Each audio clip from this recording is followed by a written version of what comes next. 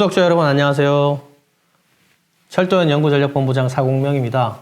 저희 철도기술연구는 지난 9월 20일부터 23일간 독일 베를린에서 있었던 이노트랜스 2022에 대한 기술 리뷰 동영상을 제작을 하였습니다. 이노트랜스는 1996년도에 시작을 하였고요. 올해에도 2834개 기업에서 약 10기업이 부스를 참여하였으며 13만 7천여 명의 관람객이 관람을 하였습니다. 저희 철도연도 2010년부터 전시회에 참여를 하고 있습니다. 이노트랜스는 짧은 기간에 해외 선진 철도 기술을 파악할 수 있는 그런 좋은 기회라고 저희는 생각을 하고 있습니다. 본 영상에서도 총 15분의 철도연 전문가분들이 현장을 방문하였고 그 내용을 바탕으로 동영상을 제작을 하였습니다. 본 발표가 여러분들 업무에 도움이 되길 바라며 관련해서 문의가 있으시면 저희 철도연 홍보협력실을 통해서 연락을 주시면 감사하겠습니다.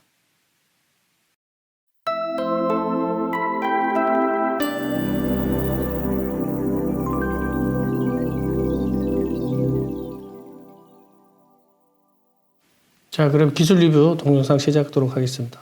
박준성 박사님 본인 소개 좀 부탁드리겠습니다. 예, 안녕하세요. 저는 철도기술연구원 명품기술전략실의 박준성 책임이라고 합니다. 자, 이번 이노트랜스에서는 어떤 분야를 견학하시고 오셨나요? 저는 주로 대중교통 관련된 서비스 분야를 주로 견학을 하고 왔습니다. 네, 그러면 참관하신 분야에 대해서 소개 좀 부탁드리겠습니다. 먼저 편리한 대중교통 결제 시스템인 페어티크의 서비스에 대해서 소개를 드리겠습니다. 최근 마스라고 해서 모빌리티 에서 서비스의 개념이 각광을 받고 있습니다. 마스란 다양한 모빌리티 서비스를 하나로 통합하는 것을 말하는데요. 이용자에게 목적지까지 가는 가장 효율적인 경로를 알려줄 뿐만 아니라 이동 수단에 대한 요금 결제, 그리고 예약과 같은 모빌리티와 관련된 모든 서비스를 하나의 플랫폼화에 제공하는 것이 핵심 기술이라고 볼 수 있습니다. 이번 이노트랜스에서 대중교통 요금 결제 서비스를 제공하는 다양한 회사들을 보았는데요.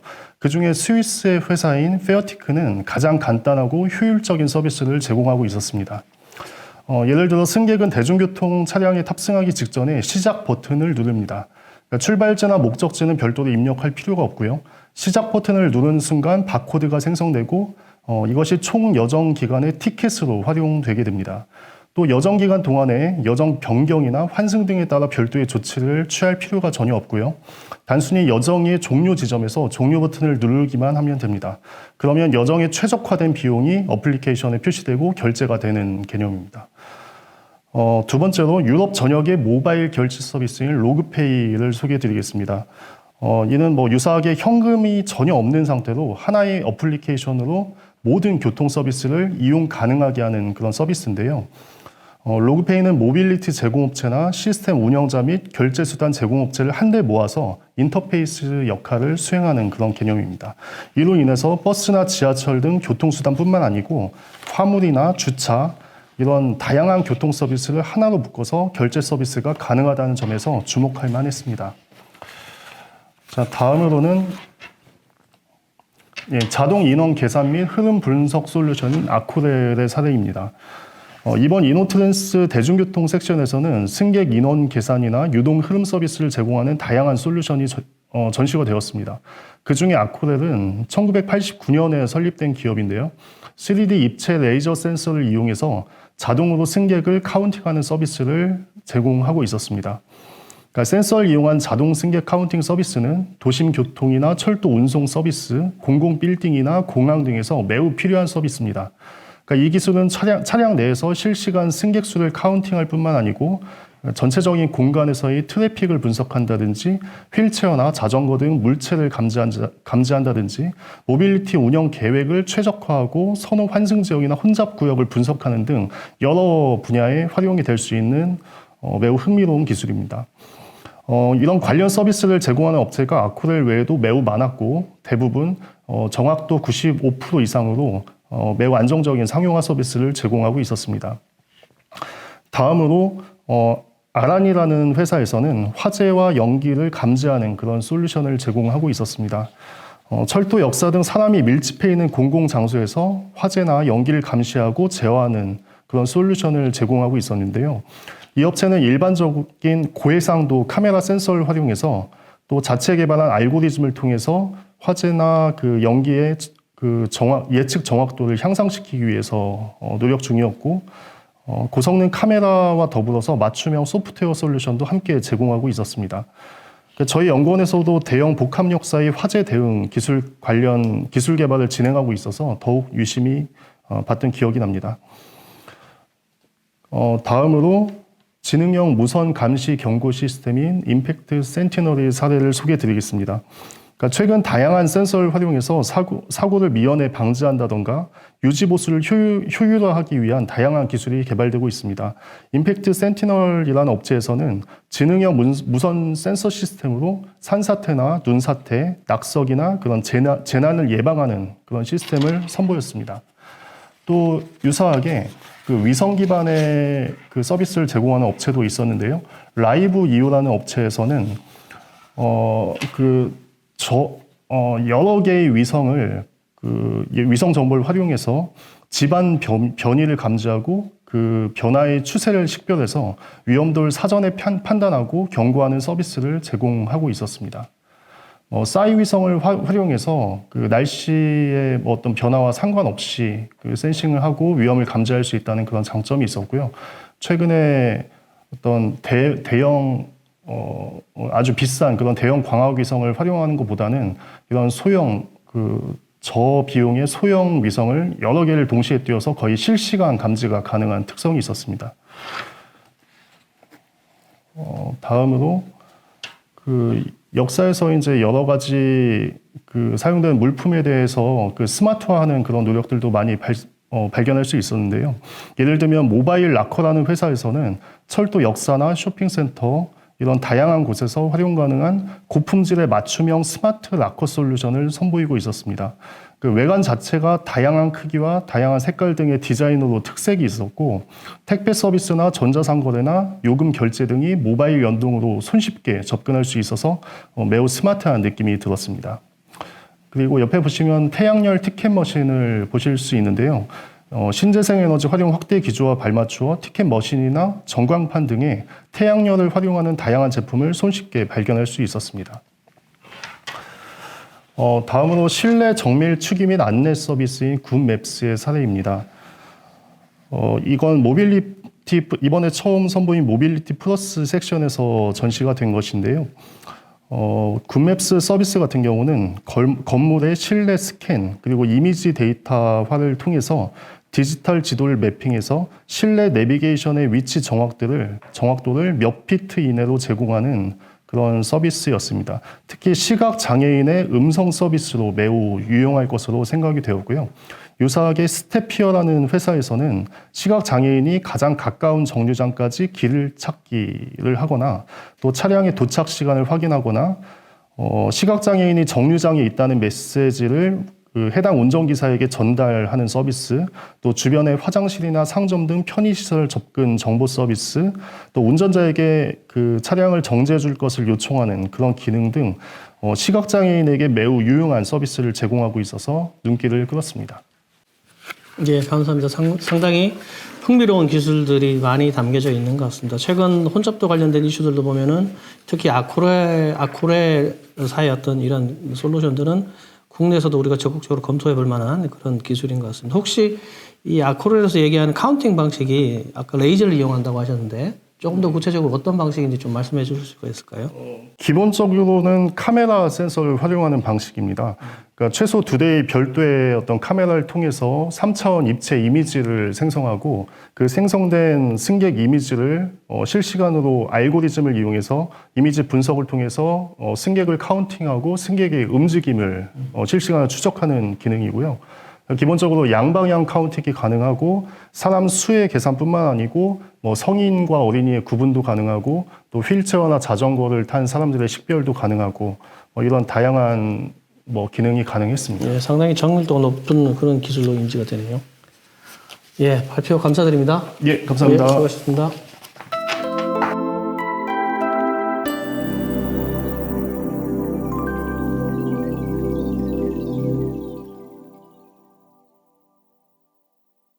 자, 이기현 박사님 본인 소개 좀 부탁드리겠습니다. 네, 안녕하십니까. 스마트 전기신호본부 전철전력연구실의 이기권이라고 합니다. 예, 이번 이노트렌스에서는 어떤 부서 참관하셨습니까? 제가 주로 돌아본 부스는 펜토그래프와 전차선로와 관련된 부스들을 주로 돌아봤습니다.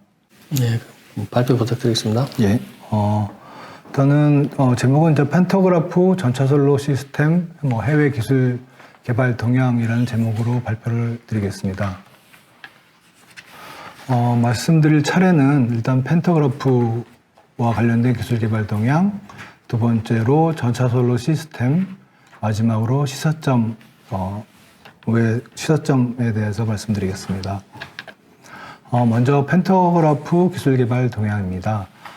펜토그래프, 그러니까 이번 이노트란스의 특징은 사실은 속도 경쟁 이런 거가 어느 정도 마무리됐다라고 판단이 되고요. 시스템에 대한 어떤 홍보보다는 유지보수나 이런 쪽에 포커스를 맞춘 홍보가 주를 이루었다고 생각이 듭니다. 펜토그래프도 마찬가지고 그와 대응하는 홍보인데요. 먼저 와브텍이라는 회사에 말씀을 드리면, 와브텍은 현재 KTX 산천에 탑재된 판토그래프가 이제 패블리라는 회사의 판토그래프인데, 이 패블리라는 회사가 와브텍에 합병이 되면서 와브텍에서 이제 판토그래프 홍보를 했는데요.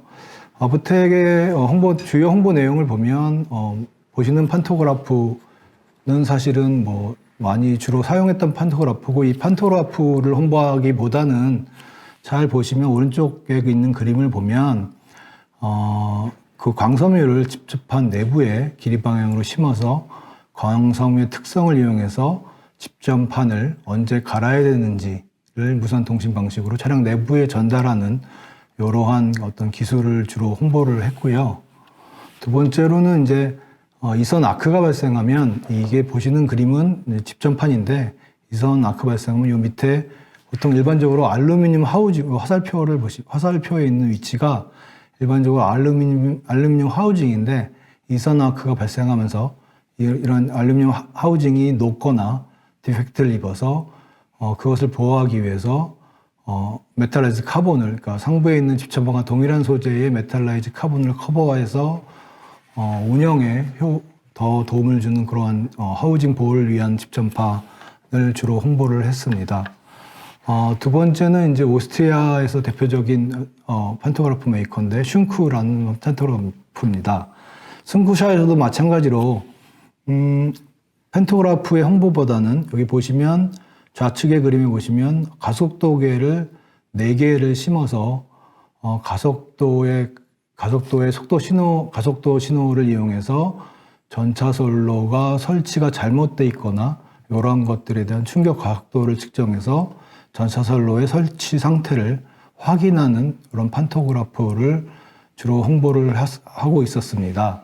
마찬가지로 이러한 신호들은 에너지 하베스팅을 통해서 전원을 공급하고 그 신호들을 차량에 보내는, 무선으로 신호를 보내는 이러한 시스템을 홍보를 하였습니다. 두 번째로 보시면 이게 집전판, 보시는 그림은 이제 집전판을 확대한 그림인데, 상부에 있는 게 이제 메탈라이즈 카본이고 하부에 있는 게 알루미늄 하우징인데, 알루미늄 하우징 하단에 비접촉식 거리 센서를 달아서 이 집전판이 마모되면 한계 마모까지 도달하면, 그 한계 마모가 도달하면 이제 사실 그 신호를 차량 내부에 보내서 집전판을 갈아야 한다, 이러한 신호를 보낼 수 있는 센서들을 설치해서 유지보수에 도움을 줄 수 있는 펜토그래프를 홍보하고 있었습니다. 세 번째로는 일본의 대표적인 그 펜토그래프 메이커인 도요덴키라는 회사입니다. 사실은 일본은 펜토그래프가 유럽과는 좀 달리, 사실은 이 고성용에서는 철계 집접판을 쓰면서 무겁기 때문에 사실은 이 ADD라는 시스템을 고속에서 장착하고 있지 않습니다. 이 ADD라는 시스템은 뭐냐면, 영어로 얘기하면 좀 풀어서 얘기하면 오토매틱 드라핑 디바이스라고 하는 건데, 좌측 그림에 보시면 하부에서 공기를 투입해서 사실은 판토그래프를 상승하게 하는데, 그 투입하는 공기를 판토그래프를 통해서 상부에 오른쪽에 있는 집전판의 모습을 보시면 상부의 알루미늄 하우징과 연결을 해서 집전판이 파손이 되면 에어가 터져서 이 팬토그래프 자체가 자동적으로 하강을 시키게 됩니다. 그렇게 되면 사실은 2차 피해를 막기 위해서 이런 ADD 시스템을 적용하게 되는데, 이런 ADD 시스템은 지금 국내나 유럽에서는 중고속에서는 필수적으로 좀 달게 되어 있습니다. 근데 사실은 일본은 이러한 시스템을 현재 사용하고 있지 않아서 사실은 판토그래프 수출에 좀 애로점이 있었는데, 보시는 중저속력인 160kg급 시스템에 최초로 이런 ADD 시스템을 적용을 해서 해외 진출을 노린 것으로 판단이 됩니다. 다음은 판토그래프 모니터링 기술인데요. 지상 측에 왼쪽에 보시는 바와 같이 이러한 시스템을 설치를 해서 지나가는 차량의 팬토그래프를 모니터링하는 장비입니다. 그래서 집전판의 이상마모나 옆에 있는 혼의 깨짐 아니면 파손 이런 것들을 검측하는 장비고요. 집전판의 마모나 혼뿐만 아니라 사실은 더 확대돼서 차륜 내 이미지 등을 취득해서 유지보수에 도움을 줄 수 있는 그러한 기술이 되겠습니다. 두 번째로 마찬가지로 팬토그래프 모니터링 기술인데, 이거는 좀 심플하게 장비를 개발을 해서 아킹 혼이나 이러한 그 이상 파손은 감지할 수 없지만 팬토그래프의 이상 마모는 감지할 수 있는 시스템이고 굉장히 단순한 시스템으로 홍보를 하고 있었습니다. 다음으로 말씀드릴 내용은 전차선로 시스템 개발 동향입니다. 전차선로 시스템도 마찬가지로 팬토그래프 분야와 유사하게 사실 시스템의 속도 경쟁, 이러한 홍보보다는 개발했던 용품에 대해서 어떻게 모니터링을 추가할 건지, 그 다음에 유지보수와 시공에 필요한 검측 장비에 대한 전시가 주를 이루었다라고 말씀드릴 수 있겠습니다. 먼저 전차선로 용품 중에 이태리의 대표적인 그 전차선로 용품 제작사인 보노미라는 회사인데요. 저희가 좀 관심 있게 볼 수 있는 분야는 왼쪽에 있는 이제 협석 터널용 브라켓인데, 전차선과 조가선의 그 상하 높이인 가고를 줄일 수 있어서 사실은 예전에 저희가 이제 일반적인 철도 말고 예전에 지었던 협석 터널에서는 사실은 가고를 굉장히 낮춰서 시공을 해야 하는데, 그러한 시스템에 적용할 수 있는 협석 터널용 브라켓, 특히 이제 절연제를 이용해서 어떻게 보면 부품의 수를 줄이거나 어떤 절연 효과를 줄 수 있는 그러한 브라켓을 전시하고 있었고, 추가적으로 스프링 타입의 장력 조정 장치, 우리나라도 사실은 스프링 타입의 장력 조정 장치가 중저속 구간, 그러니까 250kg급 이하에서는 주로 스프링 타입의 장력 조정 장치가 사용하고 있는데, 그런 것에 좀 톤수는 작지만 대형화 심플하게 생긴 아마도 트램용 스프링 타입 장력 조정 장치로 보이긴 하지만 이러한 스프링 타입의 장력 조정 장치를 홍보하고 있었고, 마지막으로 시공성이나 사실은 이런 것들을 사실은 최근에 부식의 장점이 있는 시공성을 올리기 위해서 일반 주철로 만든 사실은 브라켓보다 상당히 가벼운 알루미늄제 가동 브라켓을 전시해서 사실은 시공성을 높이는 이러한 제품을 홍보하였습니다. 두 번째로 크러쉬라는 독일의 이제 금고 회사인데요. 여기서 사실은 제가 좀 굉장히 재밌는 어떤 드러퍼 클램프라는 것을 홍보하는 걸 봤는데, 오른쪽에 보시는 게 이제 전차선과 조가선을 연결해주는 드러퍼를 압착하는 드러퍼 클램프라는 것입니다.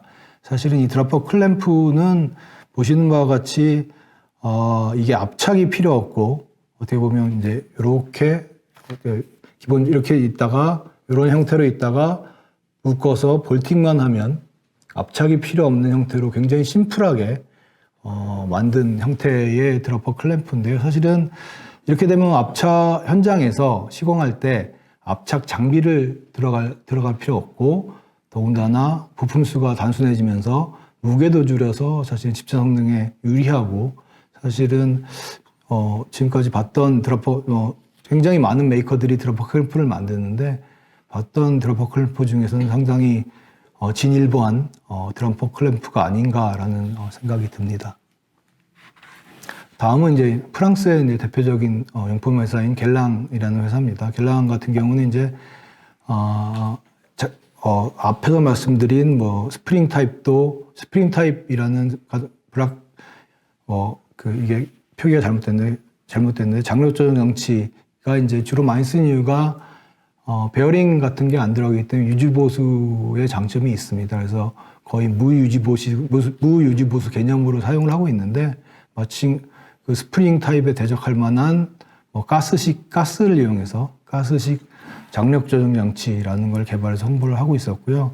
최대 4톤까지 사용이 가능하다고 합니다.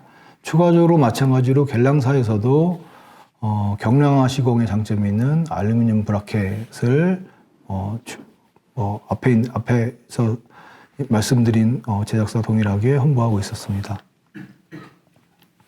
다음은 이제 전선을 모니터링 기술에 대해서 말씀드리겠습니다. 메이덴사라고 이제 일본의 대표적인 모니터링 시스템을 제작한 회사인데 보시는 기술은 이제 차량 상부에 그 여러 가지 센서들을 부착해서 전차선의 높이, 편의, 하드스팟이라고 하는 어떤 경점, 그다음에 이선 아크들을 측정할 수 있는 복합 측정 장비입니다. 이러한 장비들은 사실 우리나라도 다 복합적으로 할 수는 없지만 다 기술적으로는 어느 정도 우리나라도 어느 정도 대동소이한 기술을 가지고 있다고 생각을 합니다. 다음은 이제 HBM사인데요. HBM사는 잘 아시겠지만 센서를 주로 제작하는 메이저 회사인데 아까 말씀드린 하드스팟, 그러니까 경점을 측정하기 위한 판토그래프 전용 가속도계를 만들어서 어떤 전차 솔로의 설치 상태를 모니터링할 수 있는 솔루션을 제공하는 장비를 홍보하고 있었습니다. 다음에 이제 전차 솔로 모니터링 기술인데요. 이번에 이 모니터링 기술은 주로 이제 그러니까 트롤리 타입, 그러니까 뭐냐면 차량이 들어가지 않고 사람이 밀면서 혹은 차량 뒤에 붙여서 측정하는 모니터링 기술인데요. 독일의 본사에서는 이제 초음파 센서를 이용해서 전차선의 높이 편의를 측정할 수 있는 장비고요. 최고 속도 80km까지 가능하고 다만 좀 한계가 있는 것이 최대 측정 가능 거리가 4m 정도이기 때문에 사람이 미는 어떤 트롤리 타입으로 측정하는 것에 한계가 있고 보시는 바 중간이나 끝에 맨 오른쪽에 있는 그림과 같이 차량 위나 아니면 높은 어떤 높이 설치를 해서 전차선의 높이를 측정해야 하는 단점이 있습니다. 두 번째로 이제 티켓이라는 회사인데요. 라이다 센서를 이용해서 보시는 바와 같이 사람이 밀면서 전차선의 높이와 편의를 측정하는 장비인데요. 이 장비의 좀 한계는 뭐냐면 사실은 전차선 높이 편의가 자동으로 내가 원하는 포인트, 그러니까 예를 들면 전주점, 드로퍼점의 높이가 자동으로 나오는 것이 아니라 측정해서 내가 원하는 위치를 화면을 포인트하거나 포스트 프로세싱을 통해서 특정 위치에 클릭을 해서 선택적으로 해야 한다는 단점이 있어서 사실은 사용하기에는 조금 에러점이 있을 것으로 판단됩니다. 멜베 회사인데요. 다음은 마찬가지로 전차선 높이 편의를 측정하는 장비인데 마찬가지로 이것도 오른쪽에 보시는 것 같이 특정 포인트를 찍어서 수동으로 내가 원하는 포인트의 높이나 편이나 이런 것들을 측정해야만 하는 단점이 있었습니다. 마지막으로 이제 몰맥사인데 보신 것 같이 2D 레이저 장비를 이용해서 측정할 수 있고요. 앞에서 말씀드린 어떤 회사와 유사한 기능들을 가지고 있었습니다.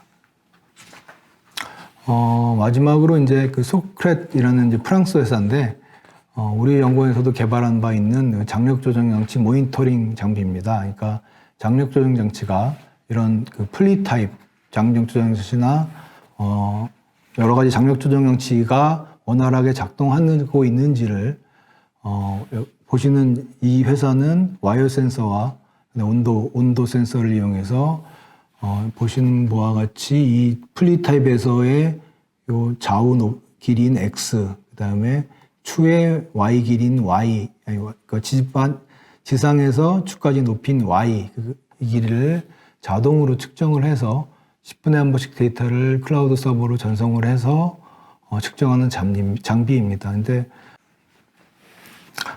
지금까지 말씀드린 부분을 좀 종합해서 말씀드리면 펜타그래프 분야 같은 경우는 이제 사실은 기존에 4년 전만 해도 어떤 그 고성능 아니면 시던 성능이 우수한 판토그래프를 홍보했다고 하면 2022년에는 사실은 성능 위주보다는 뭐 어떤 유지보수에 어떤 도움을 주는 그러니까 CBN 기반 모니터링 장치들을 추가해서 그런 판토그래프 메이커가 그런 것들을 홍보하는 게 줄을 이루었다라고 볼 수 있고요. 우리나라도 사실은 이러한 CBN 기반의 펜타그래프 유지보수 개발이 사실 필요한 실정입니다. 두 번째로 전차선로 분야에 대한 시사점을 말씀드리면 마찬가지로 펜타그래프 분야와 마찬가지로 기존에는 사실은 뭐 가벼운 그다음에 성능이 우수한 어떤 시스템을 홍보했다고 하면 2022년에는 시공 편의성, 그다음에 유지 보수의 장점을 주로 홍보를 했고 추가적으로 트롤리 타입의 여러 가지 측정 장비들이 예년보다는 더 많이 나왔다라고 말씀을 드릴 수 있겠습니다. 이상입니다. 네, 박사님 감사합니다. 성실한 리뷰 아주 꼼꼼하게 잘 해주신 것 같습니다. 몇 가지 좀 질문사항이 있는데요. 펜타그래프 주로 이제 모니터링에 대해서 좀 많이 좀 보신 것 같은데 네. 국내 이제 펜타그래프 모니터링 기술이 어느 정도 수준일까요? 사실은 펜토그래프에 어떤 센서들을 붙여서 측정하는 분야는 아직 저희 같은 경우는 시작을 아직 못한 상태고요. 그 외부에서 지상이나 아니면 차량에서 어떤 모니터링하는 것들은 시작을 많이 진도를 나갔다고 보시면 되는데 다만 한계가 이제 사실은 우리나라가 이제 집전판이나 특히 고속에서 아직은 외국 기술에 의존하고 있는 상황이어서 그런 부분에 좀 한계가 있다고 봅니다. 펜타그래프 자체에 대한 국산화가 좀 필요한 네. 저다고 이해를. 특히 고속 분야는 그래서 사실은 국토부 지원을 받아서 현재 그 300km급 고속 절도형 펜타그래프를 국산화 개발을 지금 시작한 지 한 2년 정도 됐으니까요. 조만간 아마 국산화가 이루어질 거라고 생각합니다. 그리고 여기 보면 전차 선로에 대한 이제 모니터링 기술들도 이제 말씀을 하셨는데 예전에 우리 연구원에서도 이제 이 개발된 기술이 인도 델리 메트로에 적용된 사례도 있지 않습니까? 네. 그 기술과 비교를 했을 때 이제 여기 이너트랜스에 전시된 기술 수준이 어느 정도인지 좀 비교해 주실 수 있을까요? 아까 말씀드렸던 뭐 장점 조정장치 모니터링 기술이나 이런 부분들은 사실 대동소이하다고 보고요. 다만 이제 트롤리 타입이나 어떤 지상에서 소형화된 기기로 측정하는 부분들은 사실은 우리나라에서 시작한 지 한 불과 1, 2년 정도밖에 안 된 상황이라 사실은 많이 지금 서둘러서 기술 개발이 이루어져야 될 것으로 판단이 됩니다. 네, 그렇군요. 예. 네, 발표 감사합니다. 감사합니다. 네, 수고하셨습니다.